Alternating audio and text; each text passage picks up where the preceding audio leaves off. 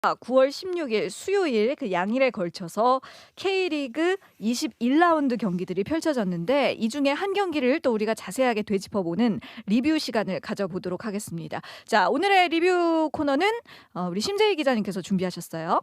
네, 전북 울산전 준비했습니다. 뭐 워낙 빅매치이기 때문에 네, 이 경기를 안 고를 수가 없죠, 사실.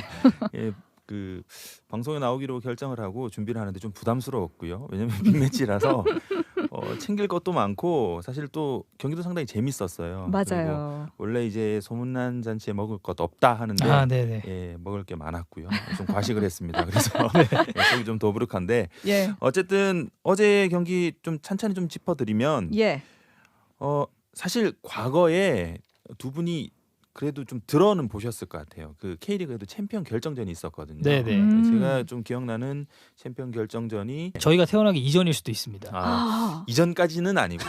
제가 네. 기억하기로는 한 95년도 정도 되는 것 같은데 그래요. 그때 맞아요. 제가 뭐 이름은 들어봤을 거예요. 라데 라데. 선수. 오, 예. 네. 뭐 지금 뭐 얼마 전에 좀 지붕을 내려놓으시긴 했는데 뭐 황선홍 전 감독 뭐 네. 이렇게 두 팀이 붙었을 때 챔피언 결정전이 정말 재밌었거든요.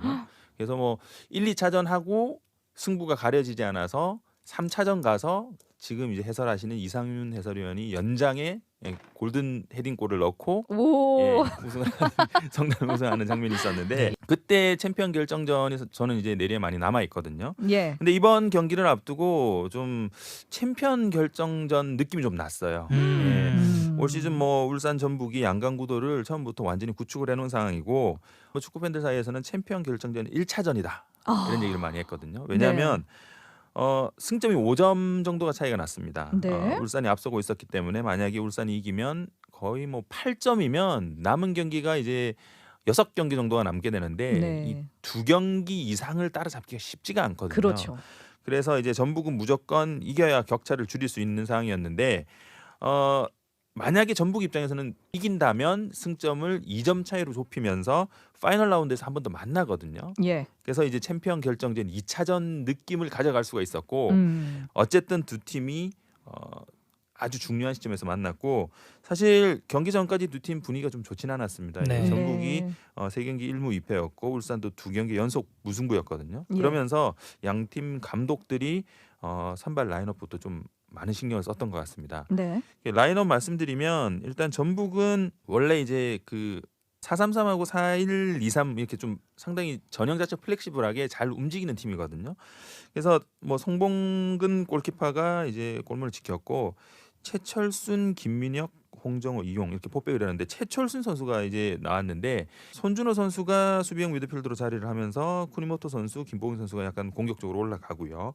그리고 바로우 선수와 한교원 선수가 좌우측 윙어, 구스타보 선수가 원톱에 위치가 돼 있습니다. 네. 여기서 눈여겨볼 부분이 U22 카드가 없었거든요. 사실 그 정예 멤버로 구성하는 것까지는 좋지만 이제 K리그 특성이긴 한데 U22 카드를 포함을 해야 교체 선수를 3명을 가동할 수가 있는데 그렇죠. 모라이스 감독이 초반부터 100% 전력으로 나오면서 교체 카드 한 장을 버린 게 되는데 네. 아주 승부수를 띄었다고 볼 수가 있겠습니다. 네, 네. 반면에 울산은 3-4-3 포메이션을 기본으로 경기를 시작을 했습니다. 저도 좀 경기를 보면서 좀 의아했는데 뭐 조현우 선수가 골키퍼 장갑을 꼈고요. 불투이스, 원두재, 정승현으로 3백을 구성했습니다. 이 원두재 선수가 뭐 멀티 자원이긴 합니다. 그런데 센터백으로 출전한 게 상당히 눈에 띄었고요. 예. 미드필더진이 이제 홍철, 신진호, 윤빛가람, 김태한 선수가 배치가 됐고 고명진, 이청용 날개에 박정인 선수가 또 깜짝 원톱으로 출전했습니다. 그러게요. 그러니까 왼쪽 날개에 이제 뭐 박조 선수도 자주 나왔는데 홍철 선수가 이제 영입이 되면서 좀 번갈아 맞다가 어쨌든 이 빅매치에 홍철 선수가 나왔다는 점 그리고 최전방에 박정인 선수가 나왔는데 정말 이 눈길을 끌었거든요. 네. 주니오 선수가 벤치에 그렇죠. 있더라고요. 그러니까 어떻게 보면 김돈 감독도 모라이스 감독도 마찬가지지만 U21을 버린 것도 마찬가지지만 김돈 감독도 3백에 여러 선수들을 좀 배치하면서 여러 가지 좀 노림수를 가지고 나온 게 아닌가 이런 생각을 해봤습니다. 그리고 제가 얘기하지 않았습니까? 이 원두재 선수의 가장 큰 장점, 센터백까지 소화할 수 있는 멀티성. 김동 감독이 좀 잘 알고 더 잘 알고 계시겠지만 저의 이런 부분이 또 이제 영향을 미치지 않았나. 네. 예. 제가 말씀드렸던 원두재 아. 선수의 장점이 또 이런 빅매치에서 아, 또 그건 드러났다. 그건 인정합니다. 계속 그 올 시즌 원두재 선수를 눈여겨 봐야 된다. 이 네네. 선수 올 시즌에 터질 것이다. 뭐 여러 번 얘기하긴 했죠. 네, 예, 그렇죠. 황 의원이. 아, 예. 감사하면 또 평소에는 인정을 잘 안 해주시거든요. 근데 오늘 신 기자님이 오셔가지고 굉장히 이 강전한 선수 좀 온순해졌습니다. 예. 사실 경기 보신 분들은 만약에 좀 어디 갔다 오시거나 화장실이라도 갔다 왔으면 선제골 못 봤을 거예요. 네, 맞아요. 시작부터 예, 뭐 1분 18초 정도의 골이 음. 골라인을 통과했으니까 네. 70, 전반 1분 78초잖아요. 예. 그러니까 전북이 선제골을 낚았는데 바로우 선수가 경기 시작하자마자 지금 이름처럼 바로 네. 골을 넣었어요. 제가 볼 때 선제골 터지고 박정현 선수가 어제 그렇다고 이제 슈팅도 뭐 멋지게 한두 차례 네네. 날렸었고 활약은 괜찮았어요. 근데 전반 한 10분 정도 지나니까 준효 선수가 몸을 풀더라고요. 네. 선수 교체를 할 때 부상을 당하거나 아니면 정말 피치 못할 사정이 아니면 전반전에 교체를 잘 안 하거든요. 네. 그렇긴 근데 하죠. 전반 27분에 교체했다는 건 정말 빠른 타이밍이었고 그러면서 사실 울산의 공격이 좀 많이 살아났습니다. 뭐 윤빛가람 선수가 프리킥도 날카롭게 찼었고 그리고 전반 막판에 코너킥 상황에서 불투지 선수가 거의 페널티 박스 앞이니까 한 7, 8m 정도 되는 네네. 걸로 보였어요. 그러니까 또 왼발로 슈팅을 가져갔는데 송범근 골키퍼 막았거든요. 슈퍼 세이브를 송범근 골키퍼가 해내면서 전반을 전북이 1대0으로 앞서면서 마쳤습니다. 예. 후반전 들어서는 그 원두재 선수를 올렸어요. 그리고 후반 8분쯤에 김인성 선수를 투입했습니다. 그러니까 이 교체 타이밍을 보시면 전반 27분도 빠르지만 후반 8분도 네. 상당히 빠른 그렇죠, 타이밍이거든요. 네네. 공격적으로 나서다가 결국 후반 18분에 또 바로 한교원 콤비에게 실점을 이제 내줬는데요. 이제 0대 2가 됐잖아요. 네네. 그래서 이제 네네. 김동 감독이 후반 24분에 뭐 저는 사실 좀 예상을 하긴 했는데 비온 존스 선수를 투입을 했거든요. 네. 그러면서 이제 주니어 선수가 투톱으로 이렇게 좀 공격 전형을 좀 갖추는 모습을 볼 수가 있었고 빠른 공격, 그러니까 김인성, 이청용 이렇게 빠른 공격에 이제 비온 존슨까지 투입하면서 빠른 공격과 롱볼 공격을 섞어서 이제 울산이 추격전에 나섰습니다. 네. 그러니까 이제 모라이스 감독이 신영민 선수 그리고 구자룡 선수 이런 선수 투입하면서 약간 아래쪽으로 더 강화를 하면서 결국은 이제 전북이 승리를 지켰다고 볼 수 있겠는데 종료 직전에 페널티킥이 나왔거든요. 주니어 선수가 페널티킥을 깔끔하게 성공을 하면서 이제 전 구단 상대 올 시즌이죠. 예, 득점에 성공했습니다. 근데 이제 그렇게 기뻐하지 않는 모습을 보였던 게 이제 패색이 짙었기 그렇죠. 때문에 보시면 골키퍼 그러니까 송범근 골키퍼가 주니어 선수가 골을 넣고 공을 이제 급하면 가지고 가잖아요. 시간을 조금이라도 끌려고 공을 들고 차버렸거든요. 그러면서 이제 주심이 휘슬을 불고 경기가 바로 끝났습니다.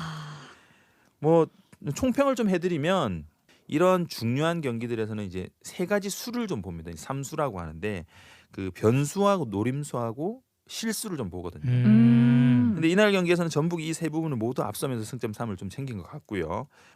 저 개인적으로는 뭐 이 울산 팬들께는 좀 죄송한 얘기일 수 있지만 K리그 전체적으로 볼 때는 2점 차로 좁혀졌기 때문에 더 타이트해졌고 제3자 입장에서는 굉장히 재밌어졌죠. 제가 뭐 노를 말지도 모르겠지만 네. 뭐 감히 말씀드리면 이제 마지막 그 한 경기가 남았고 이제 파이널 라운드 가면 이제 5경기를 하는데 2점으로 좁혀졌기 때문에 한 경기에 뒤집힐 수 있거든요.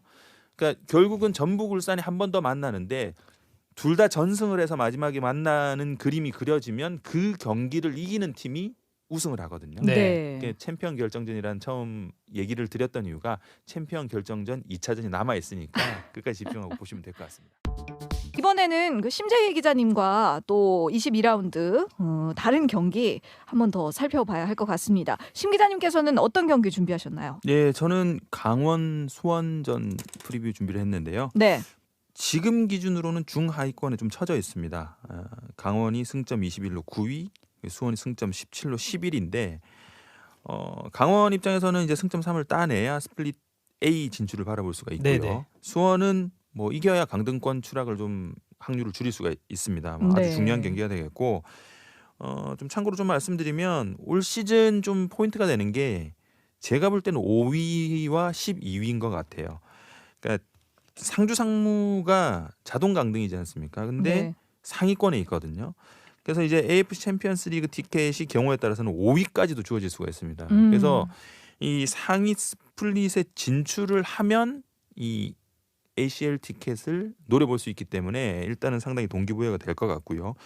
상주 상무가 이제 꼴찌 팀이죠. 12팀하고 같이 강등이 되기 때문에 수원 입장에서는 꼴찌를 면하는 게 일단 첫 번째 목표가 될 테고 네네. 그런 측면에서 볼 때 강원과 수원이 서로 조금 다르긴 하지만 목적 의식이 좀 뚜렷하다 이렇게 볼 수가 있겠습니다. 최근 흐름을 좀 살펴봤는데 둘 다 매우 좋지가 않습니다. 강원과 수원 모두 2연패를 당했는데요. 홈에서 강원이 인천에 2대3, 포항에 0대3으로 졌습니다. 특히 인천한테 진 부분이 좀 많이 아쉬웠고요. 그리고 네.